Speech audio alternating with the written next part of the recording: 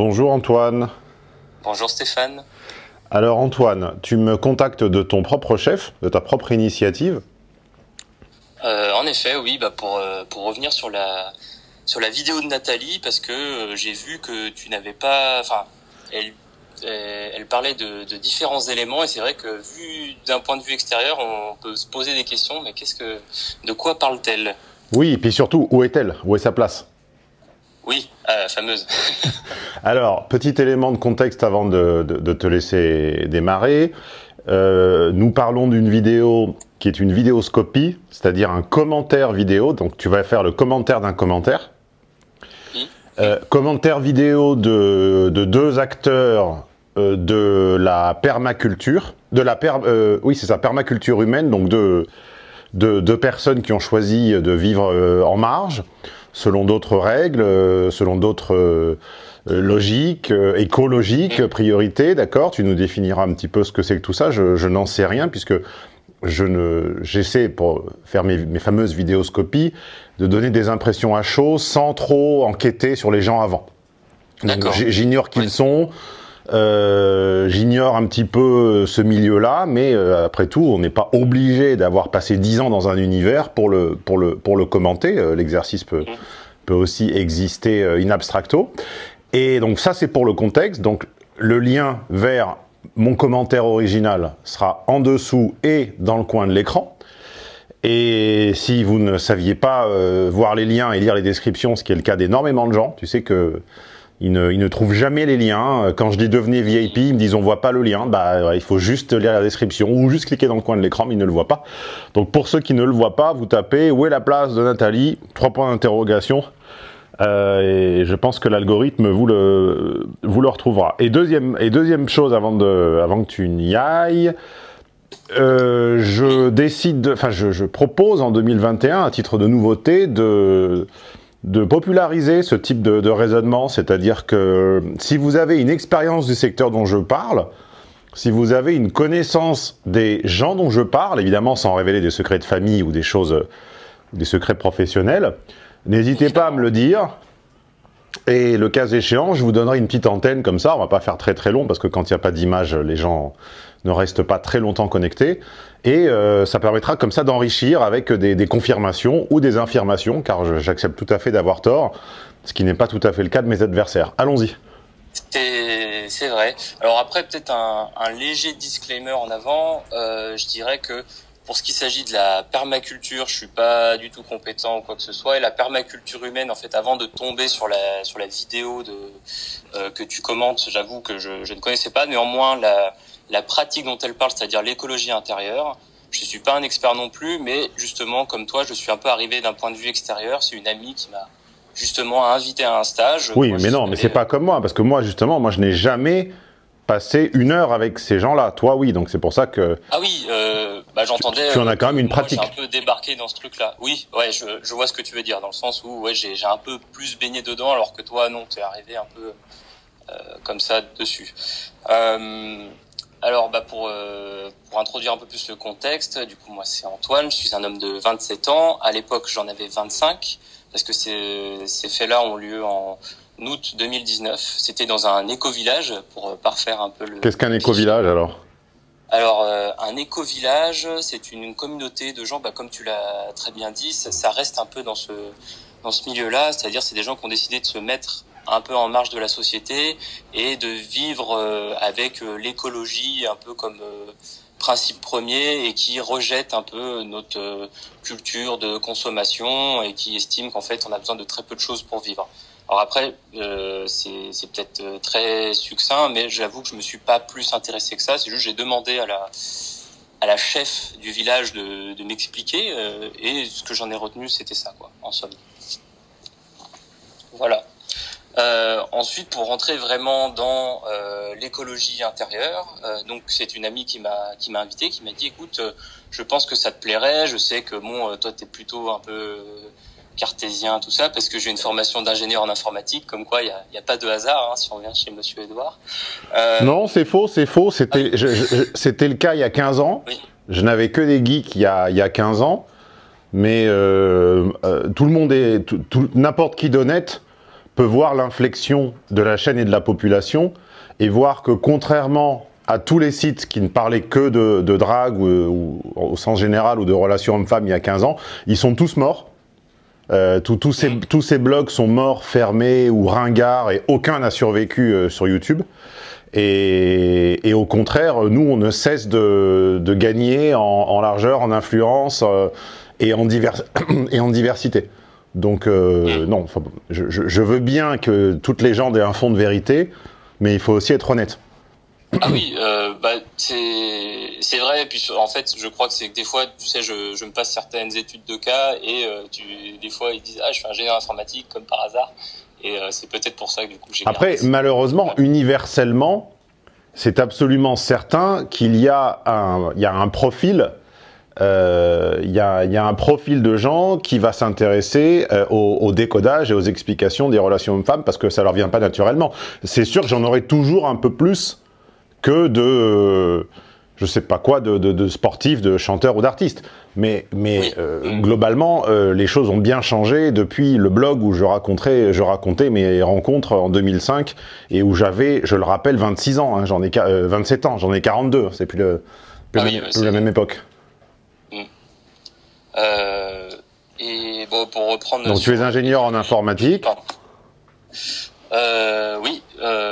Enfin, j'ai une formation, mais. Dites un peu vos professions là en commentaire sous la vidéo, afin qu'on voit justement le spectre. Indiquez vos professions, s'il vous plaît, ce sera intéressant. Et du coup, pour remettre le contexte, je revenais d'un an d'expatriation en Inde. Et cette amie m'a convié à ce stage et elle m'a dit ça te plairait tout ça. Bon, j'étais un peu dubitatif, mais bon, je suis un bon sceptique, c'est-à-dire que elle m'a expliqué très brièvement ce que c'était. Je dis pourquoi pas. Elle dit je suis pas fermé, allons voir. Oui, petites remarques au passage. F est un excellent organe de transmission de tout le marketing de réseau. Et ça, les industries, alors ça a l'air misogyne à dire comme ça, mais en fait, c'est simplement la réalité. Les industriels le savaient il y a 50 ans avec les réunions Tupperware. Ils se sont rendus compte qu'ils vendaient plus en confiant à des femmes le rôle d'en recruter d'autres qui devenaient à leur tour ambassadrices. Hein, tous les boomers connaissent le principe de la réunion Tupperware. Et aujourd'hui, ça paraît extrêmement décadent et misogyne, mais en fait, c'est simplement anthropologiquement toujours vérifié. Moi, j'ai fait un stage de développement personnel complètement grotesque dont je vous promets de vous parler depuis des années. C'était évidemment enrôlé par une femme. Ce sont les meilleurs à vous enrôler dans des trucs, en fait. Et l'industrie le sait très bien. Du Tupperware, c'est passé à certaines marques comme Herbalife, les compléments alimentaires santé. Tu t'inscris sur Facebook à n'importe quel groupe d'expats, d'accord? Tu as à la semaine des dizaines de connes qui te proposent de gagner de l'argent de chez toi sans bouger grâce au voyage. Ouais, j'ai eu ça un petit peu aussi. Et c'est toujours un truc pyramidal, complètement ridicule, qui ne produit aucune valeur, etc. Et elle te répète, elle te récite l'homélie marketing du truc. J'ai même joué une fois, après malheureusement j'ai eu tort, j'ai effacé les conversations, j'aurais dû les garder. J'ai joué une fois avec une à feindre l'intérêt. Et je ne cessais de lui dire, mais finalement, où est la valeur, quoi? Enfin, qui fabrique quelque chose, qui propose quoi que ce soit? Et la meuf, elle continuait à me répéter, non, t'as pas du tout compris la philosophie. C'est ton réseau qui importe. Oui, mais à un moment, il faut bien que quelque chose soit créé en échange d'une rétribution. Si personne ne crée rien, là, c'est une arnaque, c'est du vent. Enfin bon, bref. Donc, tu t'es fait enrôler par une femme, normal, et ensuite... C'est vrai que je vois exactement ce dont tu parles, et c'est vrai que ça revient souvent. Et puis c'est, mais si t'as percé à jour un peu l'escroquerie ou quoi, et on dit, non, mais t'as pas compris la philosophie. Oui, c'est ça, t'as pas compris la philosophie. Enfin, remarque, il y a des hommes également, hein. On en a un désormais très célèbre qui s'appelle Jean-Pierre, hein, qui s'est fait prendre la main dans le sac. D'ailleurs, je renvoie les auditeurs à ma vidéo à son sujet, où je suis désolé de le dire, j'avais tout juste. Hein. J'ai dit depuis le début, où on m'expliquait qu'il était au 7e degré, etc. Je vous renvoie à ce contenu-là qui doit avoir maintenant 6 mois. J'ai dit depuis le début, le type était parfaitement au 1er degré la première fois. Les cyclistes et les automobilistes choqués par son comportement étaient vrais, ça n'était pas des acteurs. D'accord? Tout le monde m'a dit, t'as pas compris, c'est monté, c'est des acteurs. J'ai dit, non, c'est vrai. Résultat, il a été prouvé par le tribunal en Suisse que c'est vrai. Et j'ai dit, le premier buzz autour de sa vidéo, il est involontaire. Et pour enchaîner et pour ne pas perdre la face et pour capitaliser sur ce premier buzz involontaire, il a parodié lui-même des dizaines de fois sa propre vidéo. Et ensuite, évidemment, c'était parodique. La première n'était pas du tout parodique et c'était évidemment pour vendre du marketing pyramidal. Résultat, qu'est-ce qui sort dans la presse aujourd'hui? Oui, c'était vrai, oui, c'était pyramidal, non, c'était pas des acteurs, et le mec est fauché et est un prolo. Tout ce que j'avais dit depuis le début. Hein. On m'expliquait que c'était un beau gosse, un mannequin, machin, etc. J'ai dit, regardez les mains, regardez les attitudes, les marques qu'il choisit, etc. C'est un prolo et il vend du marketing de réseau. J'avais raison sur tout. Enfin bon, bref, c'est pas grave. Alors, allons-y. D'ailleurs, parenthèse, vidéo somme toute très intéressante et ouais, tu mettais vraiment en lumière les leviers un peu grotesques du personnage, quoi. Oui, c'était absolument, c'était évident que le mec venait du vent et surfait sur du vent et s'auto-parodier. Et il n'avait pas du tout de projet très complexe au 7e degré. D'ailleurs, il est tombé dans un piège. Et le piège était tellement grossier qu'on voit bien que ce mec n'est pas intelligent. Parce que les questions pièges qui lui ont été posées, un vrai escroc, un Bernard Tapie ou un Bernard Madoff, pour citer deux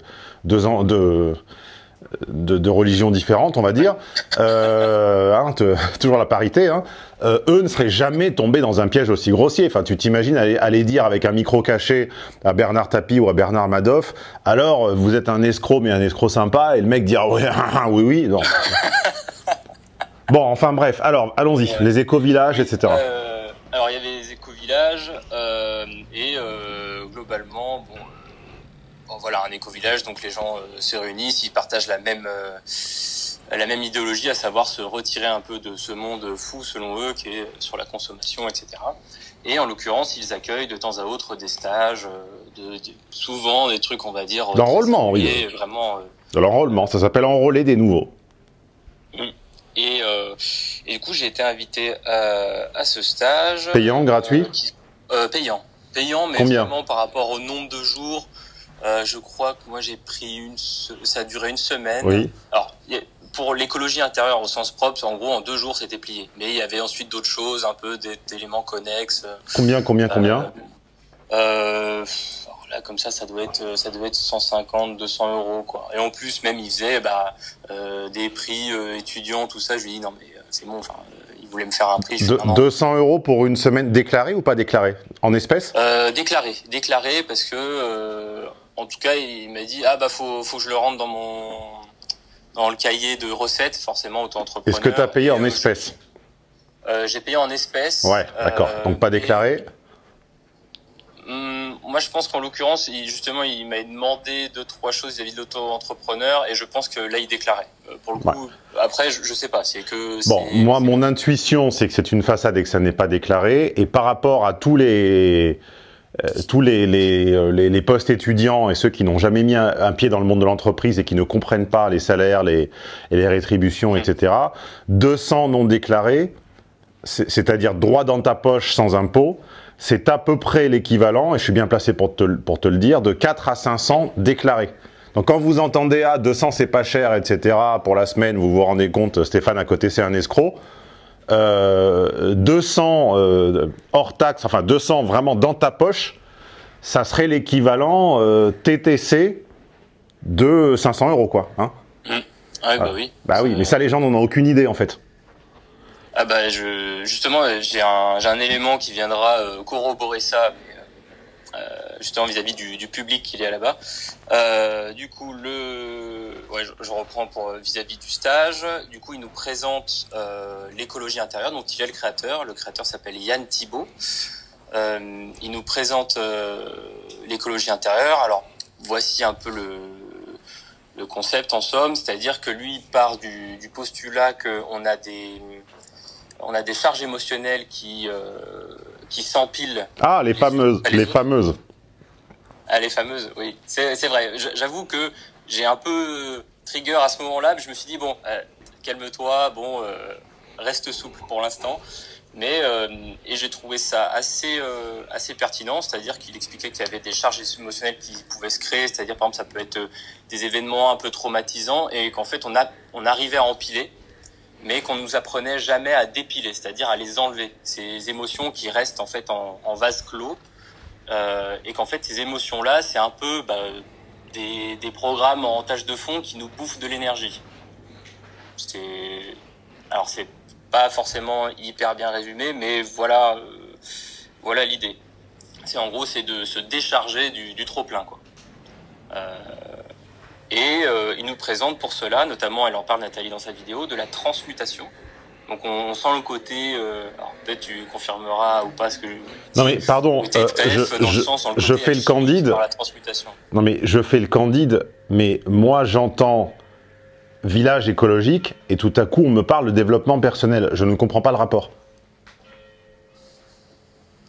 Est-ce qu'on vient là parce qu'on vit en essayant de produire moins de déchets, d'avoir moins d'influence néfaste sur l'environnement, de consommer moins de périssables, etc. Ou est-ce qu'on vient pour faire de la psychologie / développement personnel? Je comprends pas.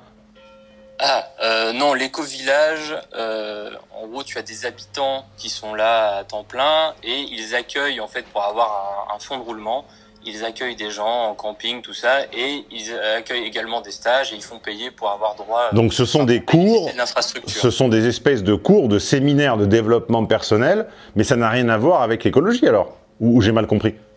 Alors oui, c'est vrai que le terme en fait, pour le terme écologie intérieure, j'avoue que j'en avais parlé justement avec le créateur. Je lui dis mais c'est vrai que c'est un peu étrange, c'est-à-dire qu'on a dans l'inconscient collectif, c'est l'écologie, on l'attache forcément à la nature, etc. Pourquoi ce mot intérieur?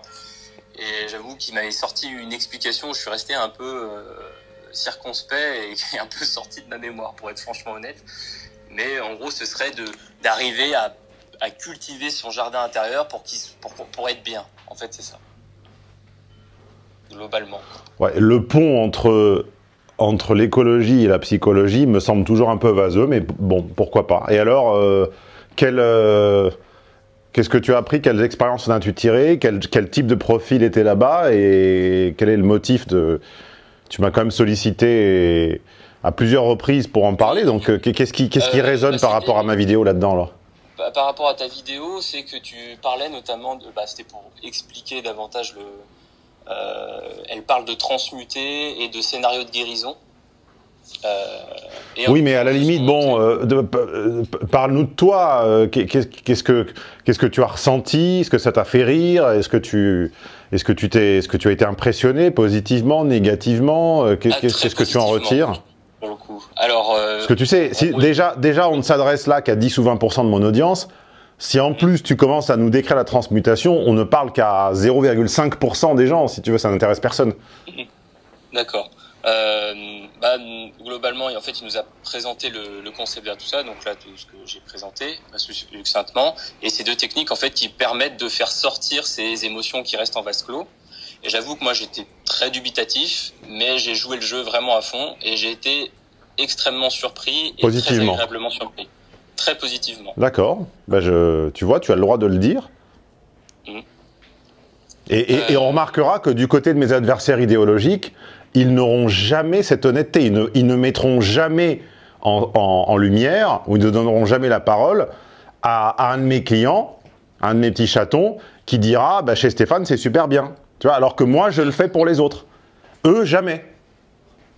Oui. C'est la différence de probité, de qualité humaine, ça s'appelle. C'est vrai. Moi, j'avais envie de rire de ces gens.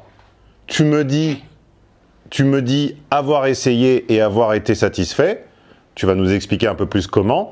Je le diffuse sur ma propre chaîne, contre mon propre intérêt. Tu vois, alors que j'aurais pu mettre les rieurs de mon côté et continuer à faire Où est Nathalie, version 2, etc. Non, je reconnais. Et je ne vois jamais cette probité de l'autre côté. Jamais une fois. Depuis mon début sur Internet en 2005, je n'ai jamais vu ou jamais entendu ce type d'honnêteté de l'autre côté. C'est-à-dire, j'ai été dubitatif, mais finalement, j'avoue, le contenu de Stéphane est inédit et profond. Non, jamais. Par contre, moi, je le fais pour les autres. Alors, qu'est-ce qui Du coup, d'où vient cette surprise alors? D'où vient cette bonne surprise? Alors cette bonne surprise vient du fait que justement, c'est-à-dire qu'il y a eu des ateliers où justement ils faisaient faire ces deux techniques-là. Et moi au début, bon, je me disais bon, les gens ils surjouent, etc. Parce que t'as quelques, comment dire, tu vois un peu physiquement qu'il se passe quelque chose. C'est pas non plus abusé où ils tapent partout, etc. Mais c'est juste en fait ils ont, par exemple, les paupières qui bougent un petit peu. Parle-nous du physique des gens, des profils des gens, âge, physique, style vestimentaire. Est-ce que c'est le cliché qu'on imagine ou pas? Non, alors majoritairement des femmes, oui, ça oui. Tu m'étonnes. Étonnant, n'est-ce pas? Majoritairement des femmes. Je dirais qu'il y a des gens un peu de tous bords, de tous âges, pas forcément. Je dirais qu'il y avait une grande majorité. C'est marrant parce que quand les stages en développement personnel, en psychologie, en hypnose, en jardinage, il y a toujours beaucoup plus de femmes. Mais c'est marrant, elles ne sont pas dans les stages en mécanique, en observation spatiale, tu vois, je sais pas, en optimiser un vélo, changer un moteur. Non, là, elles sont pas là. Tu vois. Mais ça doit être le El famoso patriarcat. Ah oui, ouais. Ah bah ça, justement, ça, j'ai un petit truc là-dessus. Mais bah, j'ai joué franchement le jeu et moi alors c'est très personnel, mais allez, je me lance. En gros, bah, je devais avoir un frère jumeau à la naissance qui est décédé. Et en fait, ça a fait que toute mon enfance et tout, je me sentais un peu à moitié vide. Enfin, en gros, ça s'appelle le syndrome du jumeau perdu, je crois que ça s'appelle comme ça. Et en fait, pendant des années, on ne me l'avait jamais dit. C'est vers mes 15-16 ans qu'on me l'a dit, mais ça n'avait rien arrangé parce que je m'étais réfugié un peu dans la drogue, prostituée, etc. Quoi. Donc, tu t'es prostitué? Non, je me suis pas prostitué. J'entendais prostituée et ES. À 15-16 ans? Non, en fait, on me l'a dit, mais on va dire c'est une période qui a duré jusqu'à mes 21-22 ans, quoi. T'avais de l'argent pour aller aux putes à 21 ans? Bah ouais, en fait, j'étais en alternance et je vendais background d'ingénieur informatique, je fais des sites internet depuis un moment. Ça veut pas dire j'y allais tous les jours non plus, mais ouais, j'y allais. D'accord, très bien.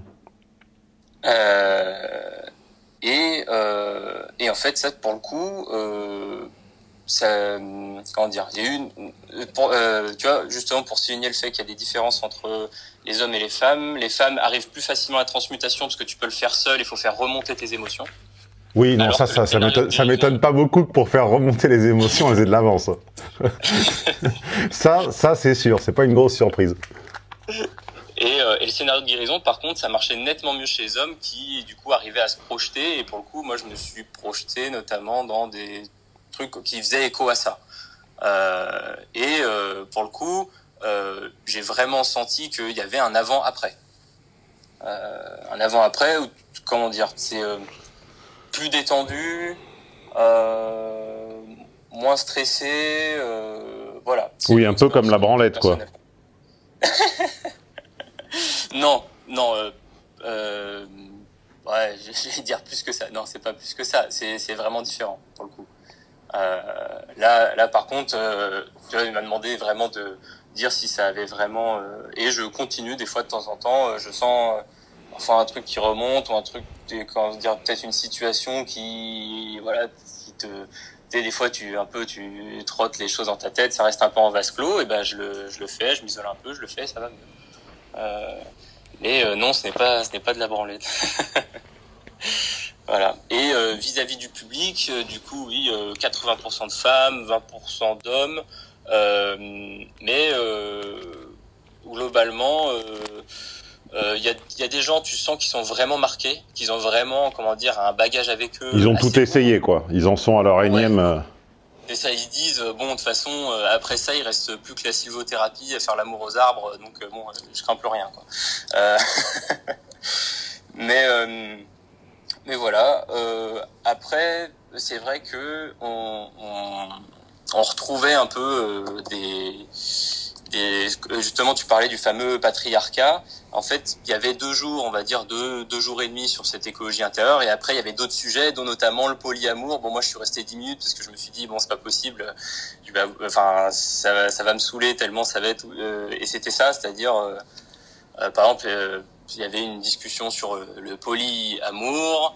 Donc en gros d'avoir différents partenaires en même temps, parce que oui, on peut avoir de l'amour pour plusieurs personnes, etc. Et pourquoi ce serait qu'une, mais quand on leur faisait remarquer que en fait qu'il y avait une il y avait une différence entre l'offre et la demande, on va dire, entre le côté masculin et féminin, et qu'elles étaient à leur apogée de leur physique, du coup forcément elles pouvaient avec peu d'efforts collectionner des gars, et là je me suis pris, on va dire, un tollé général. Elles me sont un peu tu n'as rien compris, cher Antoine, tout est une question de lâcher prise. Si toi aussi tu lâches prise, des femmes viendront spontanément tous les jours frapper à ta porte, porteront tes courses au supermarché, te siffleront dans la rue et t'enverront des lettres cachetées avec des petites culottes à l'intérieur, etc. C'est parce que tu ne lâches pas prise, tu comprends? Pas encore assez, t'es pas encore assez transmuté. Le fameux, oui, mais c'est que tu n'es pas assez naturel ou des choses comme ça. Je dis non, mais... Tiens, en parlant de physique et de... Alors, puisque tu ne veux pas nous le dire toi-même, en parlant de physique et de naturel, est-ce qu'elles ressemblaient un peu toutes à Nathalie? Est-ce que ça ressemblait à l'épisode de Mad Men sur les camps de hippies des années 70, où elles avaient tous des dreadlocks? Est-ce que c'était de la provinciale en talons roses? Décris-nous un peu les gens, là. On a envie de visualiser, tu vois. Ah oui, ok. Alors, pas de dread. Pas des hippies, parce que pour le coup, en Inde, j'ai pu en voir beaucoup. Franchement, non, pas du tout hippies. Je dirais vraiment juste des gens qui se singularisent par différentes pratiques, que ce soit au niveau de l'alimentation, au niveau de leur style de vie. Non mais arrête de tourner autour du pot. Moi, oui, en gros, quand je vais au magasin bio, je vois bien que les gens n'ont pas la même dégaine. Je vais pas tout le temps au magasin bio, j'alterne. J'ai pas une seule chapelle, hein, comme idéologiquement d'ailleurs. Je vais parfois au magasin pas bio, parfois au marché, parfois au magasin bio. Au bio, les gens ont pas la même dégaine, ils ont pas la même attitude, ils ont pas les mêmes fringues, ils ont pas le même pouvoir d'achat. Ça se voit, ça se voit, ça se voit. Donc là, est-ce qu'il y a un profil? Est-ce que c'est une clientèle magasin bio? Est-ce que c'est une clientèle cours de yoga? Est-ce que c'est une clientèle... clientèle cours de yoga. D'accord. Clientèle cours de yoga, wishful thinking, il faut couper le mental, etc. Donc tout ce qu'on appelle le néo... ouais, c'est le new wave un peu. Ouais, néo-bouddhisme, c'est prendre de l'Orient, c'est prendre de l'Orient, en fait, tout le lâcher-prise. Mais sauf qu'une religion n'est jamais que du lâcher-prise. C'est une prise très serrée sur certains versants, compensée, balancée, en espèce de dialogue, en dialectique, dialectisé, avec des aspects où on lâche prise. Mais ça ne peut pas, une religion ne peut pas consister qu'à se laisser aller, entre guillemets. Quand il y a un laisser aller, c'est compensé par des règles immuables, par des invariants, par des castes, etc. Et ce qui m'agace, une des choses qui m'agace typiquement avec cette façon de ne prendre de la religion que ce qu'on veut, c'est justement le fait que on en prend que le léger et pas le côté sombre, pas le Ganzheit, tu vois. On ne prend que le côté yogi, vas-y mon copain, c'est cool. Et ce qui... Comme disait Bruce Lee, qui n'était pas la moitié d'un con, il n'y a pas le yin sans le yang, tu vois. On peut pas prendre que l'animalité sans la réflexion. Ou on ne peut pas prendre que la réflexion sans l'instinct. Dans sa fameuse interview en noir et blanc, là, sur l'eau et le verre. Be water, my friend. Bah oui. Et lui, pour le coup, que certainement ces gens prendraient pour un guignol, lui, il l'avait compris par son corps et par son esprit, tu vois. C'est une question de dialectique entre l'instinct et la raison. Et ce qui est agaçant avec cette secte de pseudo-yogis à la con, avec leur lati, leur comment ça s'appelle, matcha latte de Starbucks et leur tapis de yoga, C'est qu'ils ont trouvé un moyen de prendre le yin sans le yang, c'est-à-dire de ne prendre que l'aspect coulisant d'une culture. Mais si vous vous sentez si bien dans cette culture, l'Asie du Sud-Est, allez-y y vivre, tu vois, ou l'Asie tout court d'ailleurs, allez-y. Puisque à la limite, vu qu'elle y règne depuis des millénaires, si c'était une solution aux troubles existentialistes, allez-y. Non, mais en fait, il faut prendre la redistribution sociale et les avantages de l'Europe de l'Ouest, d'accord? Enfin, du monde occidental au sens général, particulièrement de l'Europe de l'Ouest et particulièrement de la France, mais sans la préoccupation psychique. Et il faut prendre la légèreté psychique d'un Indien yogi. Non, mais à un moment, allez vivre en Inde, faites comme Louis Bromsfield dans ce magnifique roman La Mousson, allez vivre en Inde, d'accord, et au bout de 40 ans, vous allez finir dépressif, alcoolique ou les deux, tu vois. Bah, pour le coup, pour corroborer ça, moi j'ai vécu en Inde du coup pendant un an, et c'est-à-dire je voyais un peu ces hippies bobos arriver, et ils disaient ouais l'Inde c'est trop bien, etc. Moi aussi j'en ai plein des comme ça. J'ai un très bon ami comme ça, il trouve ça merveilleux, mais il rentre toujours au bout de 3 semaines dans le 6e arrondissement, tu vois, à Saint-Sulpice. Mais par contre, il m'enjoint toujours à aller en Inde. À un moment, écoute mec, tu vends ton appart dans le 6e arrondissement, ou tu le loues, ou tu le sous-loues, et puis tu vas vivre en Inde, tu vois. Pourquoi tu reviens tout le temps? Ah bah oui, mais tu comprends. Ou les Occidentaux qui vivent là-bas et qui restent longtemps, en fait, ils vivent entre eux. Donc, comme quoi, finalement, l'Inde c'est vachement bien, mais qu'entre soi, quoi. Oui, bien sûr, oui. C'est le tri sélectif, mais c'est pas le tri sélectif des déchets, c'est le tri sélectif des spiritualités. De toute façon, le yoga tient lieu de spiritualité aux gens qui n'ont pas d'âme. Hein. Quand ta vie se révèle parce que tu apprends à faire un downward dog ou un serpent tête en haut ou un je sais pas quoi, c'est qu'à un moment, t'étais vraiment... Tu avais vraiment la spiritualité ou l'âme d'une ablette, quoi. C'est pas possible. Ouais, j'en ai vu. Et j'aime bien le stretching, hein, j'en fais tous les jours. J'en fais tous les jours et dans mes mouvements de stretching, etc., dans mon entraînement, j'incorpore même un peu de yoga. Donc c'est pour ça que je vous invite toujours à ne pas penser en sectaire, à ne pas penser en chapelle. Je n'ai rien contre les clients de magasins bio, j'y vais. Je n'ai rien contre les yogis, j'incorpore des mouvements de yoga dans mes entraînements. Simplement, les sectaires, c'est pas nous, c'est le camp de la bienveillance, de l'ouverture, du progressisme, du Starbucks et du yoga, parce que eux, au contraire, refusent d'intégrer la raison. Moi, je donne la parole à quelqu'un qui fait un témoignage qui ne va, entre guillemets, pas dans le sens qui serait favorable à mon audience. Eux, quand le font-ils? Jamais. Non, bah non. Parce que ça fait mal parfois de se dire, ah bah tiens, j'ai peut-être mal jugé ça, j'avais pas compris, quoi. Bon, bah très bien, donc tu as été plus que satisfait, tu as été ravi de cette technique de psychologie collective, parce que j'ai bien compris que c'était en groupe, hein, vous êtes en groupe? Oui, c'était en groupe. Ouais. Alors, je vais te laisser donc conclure et je raconterai une anecdote de conclusion ensuite. Je conclurai sur le fait qu'il y avait aussi d'autres choses. Par exemple, tu parlais là en début d'entretien, notamment vis-à-vis de l'argent, etc. Ils ont une aversion à l'argent et surtout à ceux qui en font, pas pour eux, mais surtout à ceux qui en font. Ils connaissent très mal, on va dire, le fonctionnement d'une entreprise, etc. Bon, comme la plupart des gens, me diras-tu. Comme on retrouve aussi dans la vidéo de Nathalie, un peu faire des circonvolutions à faire pour dire quelque chose parfois de très simple, quoi. Ah oui, c'est vrai que ça, c'était tenable sur 12 minutes, mais sur une année ou une vie, je ne le conçois pas, tu vois. C'est vrai. Bon, après, comme moi, par exemple, pendant cet entretien, j'ai dû en faire aussi des petites circonvolutions, mais... Ok, une petite anecdote pour finir?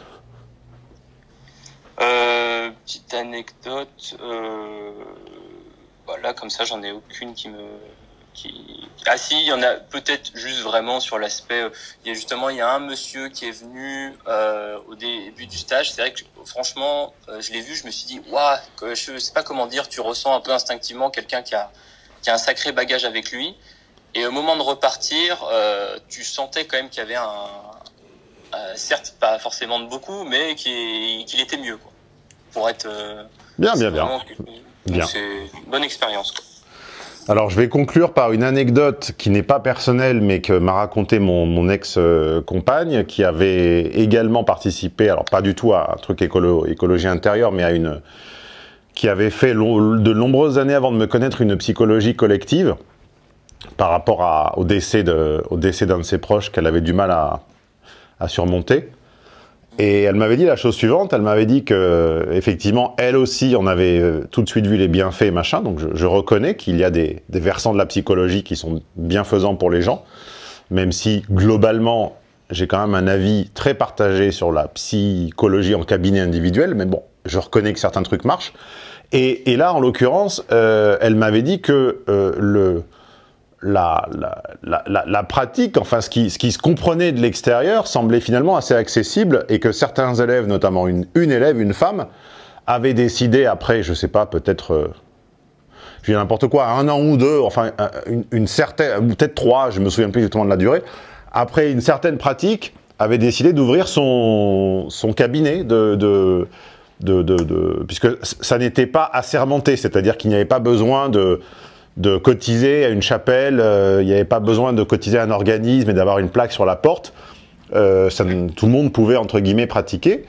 Et elle avait donc proposé la même méthode, j'imagine agrémentée légèrement à sa sauce, en Suisse, je crois, ou quelque chose comme ça. Et sauf que, pas de bol, donc ça a commencé à marcher correctement, et une de ses patientes s'est suicidée. Ah. Donc le problème d'aller toucher au tréfonds de l'enfance, des insécurités, des meurtrissures et des traumas des gens, le problème c'est que, tu sais, quand tu commences, tu ne sais pas du tout les répercussions que ça peut avoir derrière, et tu ne sais pas du tout comment les gens vont les gérer. Y a des gens très solides, moi tu peux me parler de tous mes traumas, tu peux me parler de mon père, de ma mère, de la séparation de mes parents, de tout ce que tu veux. Tu peux évoquer le racisme, le déclassement social, machin. Je peux te dire qu'avant que je me suicide, il va falloir se lever tôt, quoi. Je peux t'assurer qu'on en est très loin, quoi. Parce que j'ai une carapace, tu vois. Je suis structuré et c'est pas immédiat. Je vais pas faire une ligne droite. Trauma à 4 ans et demi, suicide. Mais il y a des gens chez qui c'est le cas. Oui. Donc, si jamais vous étiez tenté, comme ça, par la pratique assidue de ces méthodes, ou même par vous y mettre à votre compte, sachez qu'il y a des gens qui ont essayé, et comme disaient les deux comiques des années 90, ils ont eu des problèmes. Ils ont eu des problèmes, d'accord, et des problèmes graves, ok. Tout le monde n'est pas structuré. Moi, des suicides dans mon entourage, j'en ai eu, notamment après des relations avec des femmes. Donc là, méfiez-vous, voilà. Et deuxième réflexion qui n'est pas une anecdote, mais quand tu disais ils ont une sainte horreur de l'argent, moi j'ai un gros problème avec les gens qui ont une sainte horreur de l'argent.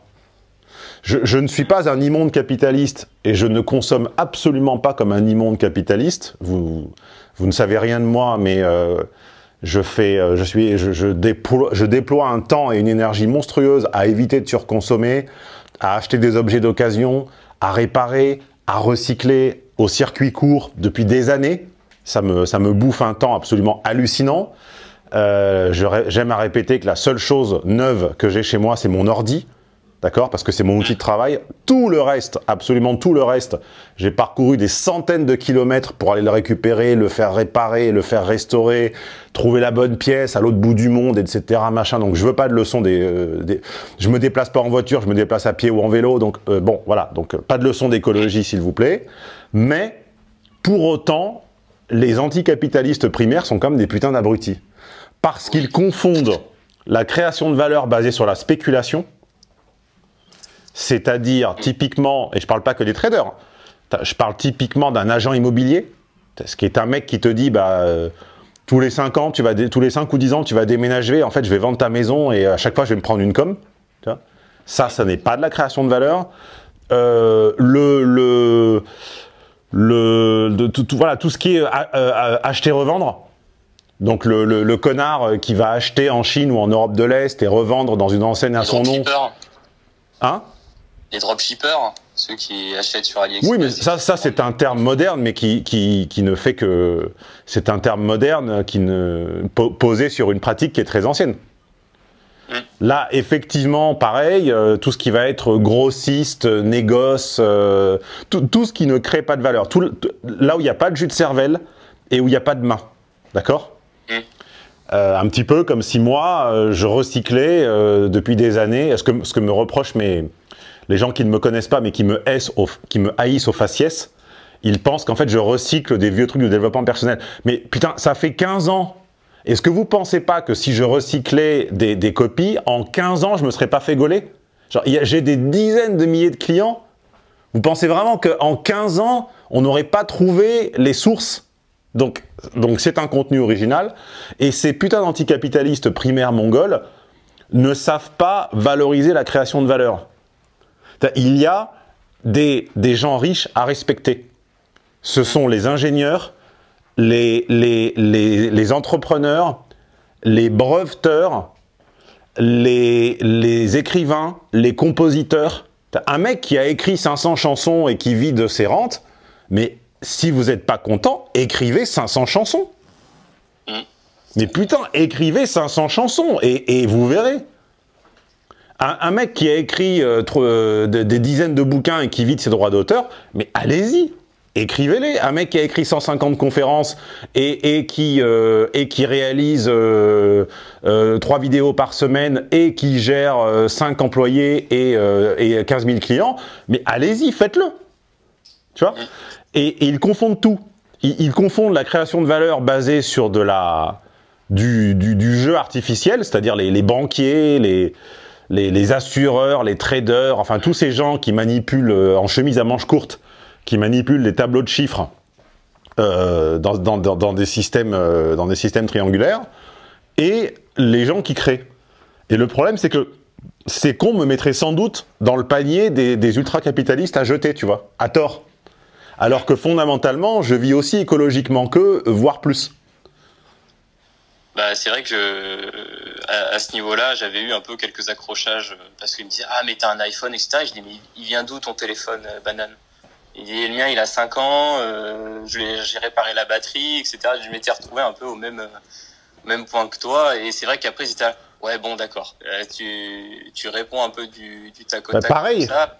Bah, je change la batterie de mes téléphones. Mais je connais personne qui le fasse. J'ai un pote qui le fait sur, je sais pas combien, sur les 25 personnes à qui j'en ai parlé, un le fait. Et je suis passé à l'iPhone finalement de guerre lasse, parce que sur mes Android, à chaque fois que tu changes un truc, t'as beau le faire avec les bons outils, précautionneusement, etc. On a l'impression que les composants sont faits exprès pour que quand tu les rebranches, ils marchent une fois sur deux. Donc j'ai étudié ce qui s'appelle les Fairphone, donc les téléphones. J'avais regardé aussi. Le problème, c'est que quand tu lis les témoignages, tu vois que globalement, ça manque énormément de R&D, les gens se plaignent, c'est pas au point, ils ont pas les budgets, donc du coup c'est lent, etc.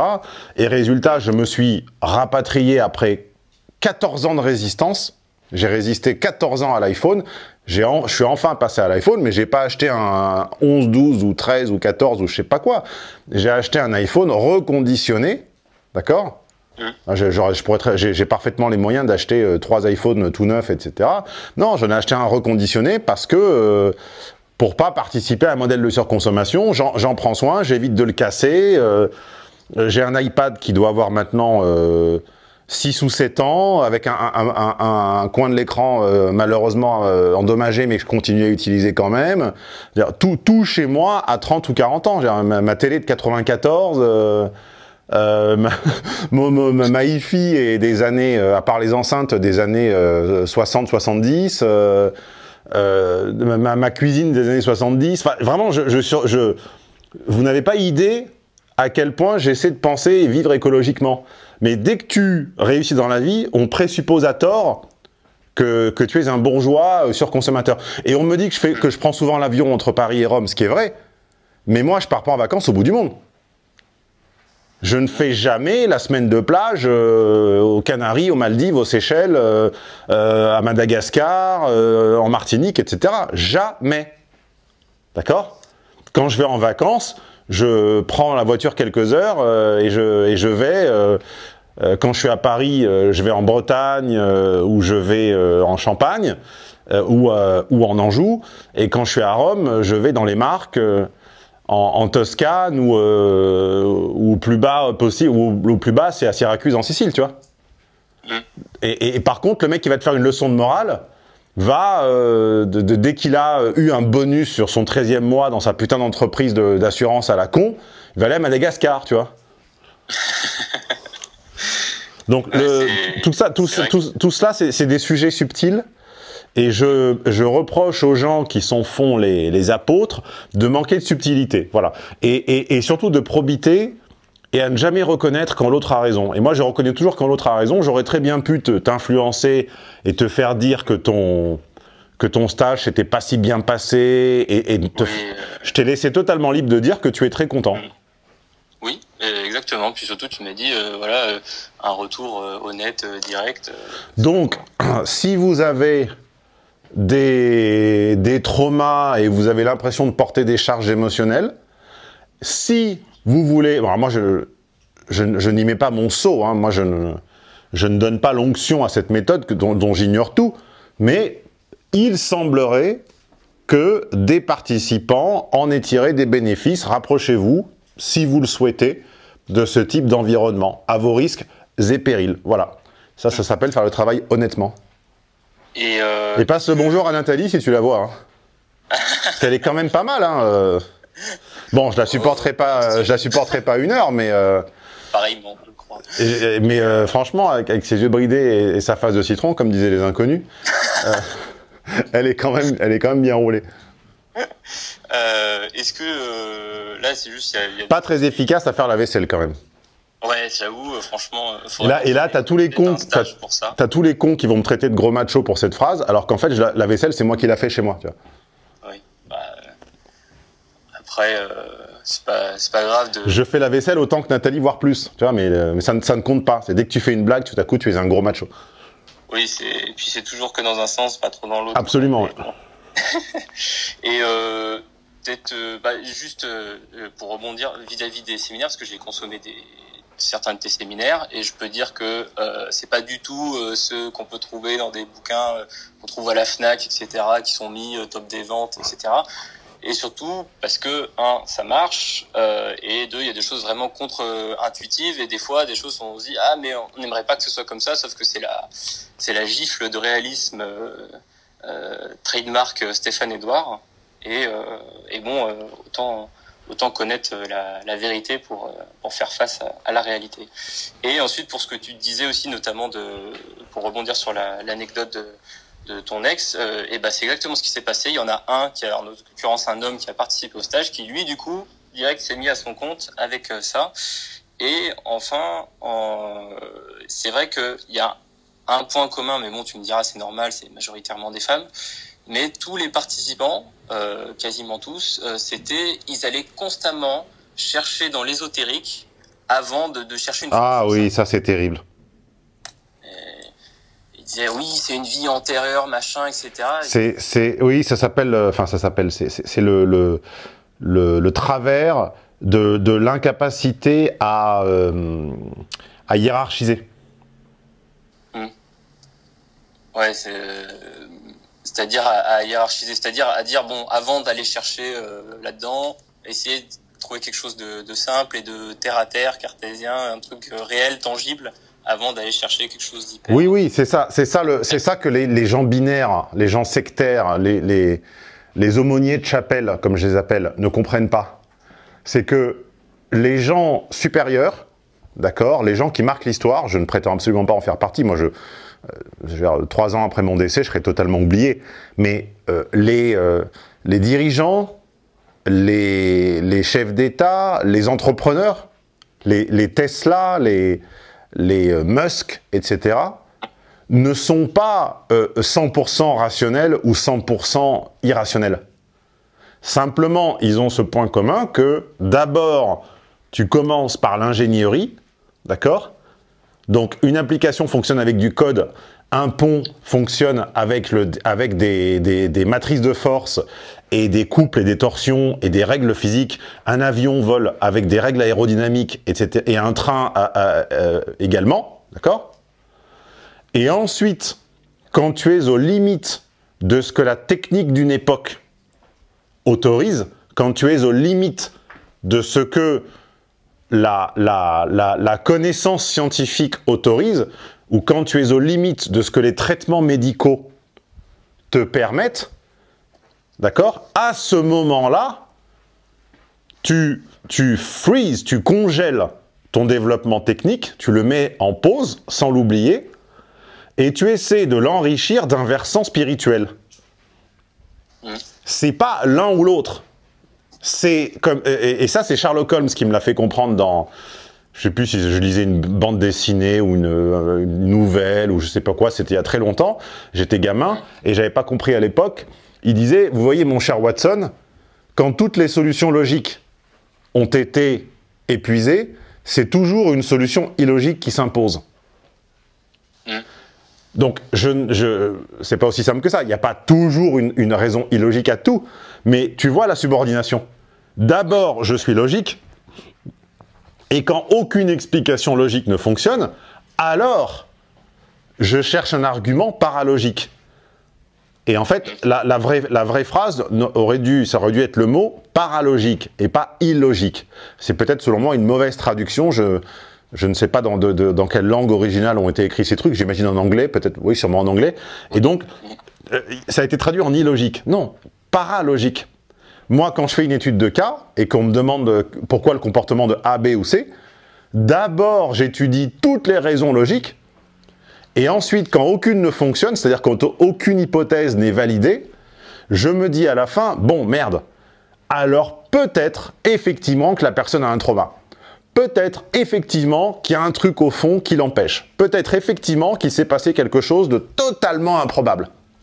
Mais je ne commence pas par l'explication, il y a un trauma, il y a un passé, il y a un truc, il y a un machin. Et le problème avec ces gens, Nathalie et ses cousins et ses cousines, c'est que c'est le contraire qui se passe. C'est que du moment qu'ils ont accédé à cette dimension, à ce versant para / psy / machin truc tiré logique, c'est que tout a une source paralogique. Tu as mal quelque part, c'est tes ancêtres qui ont été battus, tu as un problème cardiaque ou je sais pas quoi, prends des plantes, bois du jus de chou-fleur. Non. C'est à un moment, va voir un médecin, et quand la médecine a atteint ses limites, la médecine allopathique traditionnelle, adjoins-y une interrogation psychologique, parapsychique ou ce que tu veux. Mais après.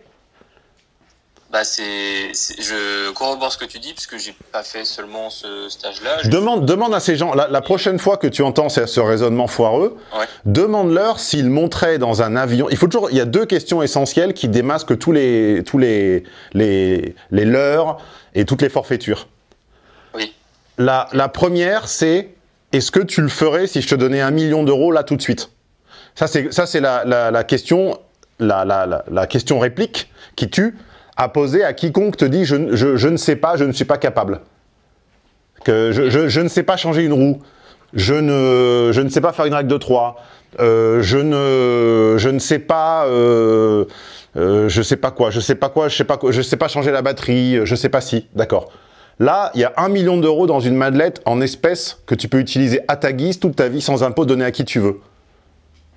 Si je la pose là sur la table et que je disparais et il n'y a pas de témoin, est-ce que tu vas essayer ou pas de changer ta putain de batterie? Et si la personne te dit non, je n'essaierai pas contre 1 million d'euros, alors ok, ça veut dire qu'elle en est vraiment incapable. Mais c'est jamais le cas. Tu vois, ça et tu verras qu'avec ça déjà, les gens honnêtes, parce que les gens de mauvaise foi, tu ne les auras jamais avec toi, par définition de la mauvaise foi, les gens honnêtes déjà vont admettre que oui, effectivement, c'est un peu de la flemme. C'est qu'en fait, ça ne les intéresse pas. D'accord? Quand quelqu'un te dit... moi, par exemple, j'ai eu des problèmes de dos pendant très longtemps. Donc, j'avais des difficultés à me mettre au stretching, à des mouvements. Parce que plus t'as mal au dos, moins t'en fais, etc.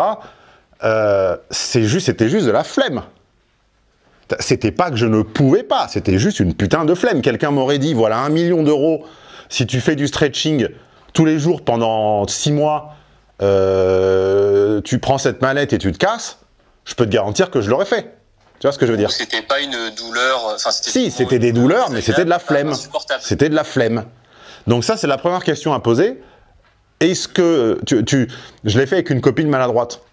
Elle est toujours pleine de bleu et ça me gavait. Tu peux pas juste arrêter de te cogner partout. Et elle disait, ah oui, non, c'est incroyable, je traverse chez moi, je me cogne dans la table. Très bien. Très bien, machin, tu te cognes dans la table. Ok. Voilà 1 million d'euros. Si tu fais 10 fois l'aller-retour entre ici et la fenêtre sans cogner la table, je te donne 1 million d'euros libre de tout. Qu'est-ce qui se passe? Et elle te dit, ah oui, mais là, c'est pas pareil, je vais faire super attention. D'accord, donc tu peux en fait. C'est juste que tu veux pas. Ah, mais c'est pas pareil, ça me fatiguerait de faire tout le temps aussi attention. D'accord, ça te fatiguerait au début parce que ça n'est pas naturel. Mais ensuite, ça deviendrait naturel, donc ça te fatiguerait moins. Ah ben je sais pas, peut-être, j'ai jamais essayé. Tu vois? Donc ça, c'est la première question. Et la seconde, c'est quand on t'explique que tout a une cause paralogique ou parapsychique ou complètement farfelue, très bien, parfait. Donc, on va monter dans un avion. D'accord? Toi et toute ta famille, tes parents, tes enfants, toute ta famille, vous devez de force vous rendre dans un autre pays, il n'y a pas le choix, et vous avez le choix entre 2 avions. Un avion qui a été construit avec la physique, les maths et l'informatique, et un avion qui a été construit avec le paralogique, le parapharmaceutique, les mantras, la spiritualité, la prière. Ok? Vous montez dans lequel? Tu montes dans lequel? Oui, mais c'est pas pareil, etc. Ah ben non, mais si, non, mais c'est jamais pareil. Oui, non, c'est jamais pareil. Ça c'est pour démasquer les gens de mauvaise foi et les incompétents et les gens qui sont pas sérieux. J'en ai démasqué plein, évidemment, quand tu es chef d'entreprise, donc tu as plein de collaborateurs qui viennent vers toi en permanence et tu les testes, évidemment, et tu en as toujours où c'est pas fini, c'est pas mis en forme, il manque un détail ou quoi. Et je dis tout le temps la même chose. Toi, tu te permets, parce que tu supposes que c'est du contenu, tu supposes que notre activité n'est pas vitale ou essentielle, tu te permets que ça soit fait à 85%, il manque les 15 derniers. Quand tu montes dans un avion, ou dans un train, ou sur une grue, ou que tu passes sur un pont, est-ce que tu tolères que les ingénieurs, les maîtres d'œuvre et les maîtres d'ouvrage, ils aient fait juste le truc à 80%? Ouais, effectivement, là c'est... C'est vrai que c'est... Est-ce que tu monterais dans un avion dont à la fin, le dernier petit morceau de câble qui doit connecter le gouvernail au truc, eh ben, il n'est pas tout à fait de la bonne longueur? Parce que, merde, allez, tu vois, ça, à la fin, bof, quoi, c'est pareil, quoi. Non, là, non. Tu comprends? Là, non. Là, non. Là, non. Là, non. Par contre, quand c'est pour un article internet ou une conférence ou quoi, oui, là, c'est pas grave. Là, on s'en fout. Non, ben pourquoi il y a des gens qui doivent bosser sans s'en foutre et des gens qui peuvent s'en foutre? C'est la même chose. Quel que soit ton travail, même si tu es menuisier, l'arrière de ton meuble, il doit être fait aussi sérieusement que si tu dessinais une fusée. C'est pareil. C'est juste que ça ne les impacte peut-être pas directement. Sinon, c'est injuste. Ça veut dire qu'il y a des gens qui n'ont pas le droit à l'erreur et il y a des gens qui peuvent se la permettre. Pourquoi? C'est injuste, c'est inégalitaire, tu vois. Donc voilà, ça c'est vraiment les 2 questions à retenir. Est-ce que tu monterais dans un avion qui a été pensé avec cette logique-là? Ou est-ce que tu préférais un avion qui a été fait avec des maths et de la physique et de la logique? et aussi, quand on te dit je ne le ferai jamais, je ne peux pas, je ne suis pas capable, c'est 1 million d'euros cash tout de suite, là, direct, dans 1 minute, tu arrives à le faire ou pas? Ou au moins tu essaies ou pas? Comment? Pardon? Non, mais laisse tomber, tout le monde a compris, je ne faisais que répéter. Bon, allez, je pense que ça a duré assez longtemps. Merci de ton témoignage et n'hésitez pas à partager vos expériences avec nous relatives au thème des vidéos abordées sur la chaîne. Je diffuserai sans doute cet entretien sur la chaîne secondaire parce qu'il n'y a pas d'image, donc il y a toute une audience. Il y a toute une audience qui ne supporte pas quand il n'y a pas d'image. Généralement pas les plus intelligents. Donc l'audience, l'audimat de cette l'audimat de cet entretien va sans doute être assez faible, j'imagine. Donc pour toutes ces raisons-là, ça sera diffusé sur la chaîne secondaire. Vérifiez que vous y êtes bien abonné. Elle s'appelle Stéphane Edouard, étude de cas, un truc comme ça. Vérifiez que vous êtes bien abonné. Ça n'est pas du tout lié à l'autre. C'est totalement indépendant. Ok? Allez, merci Antoine. Bah, merci à toi, Stéphane. Ciao.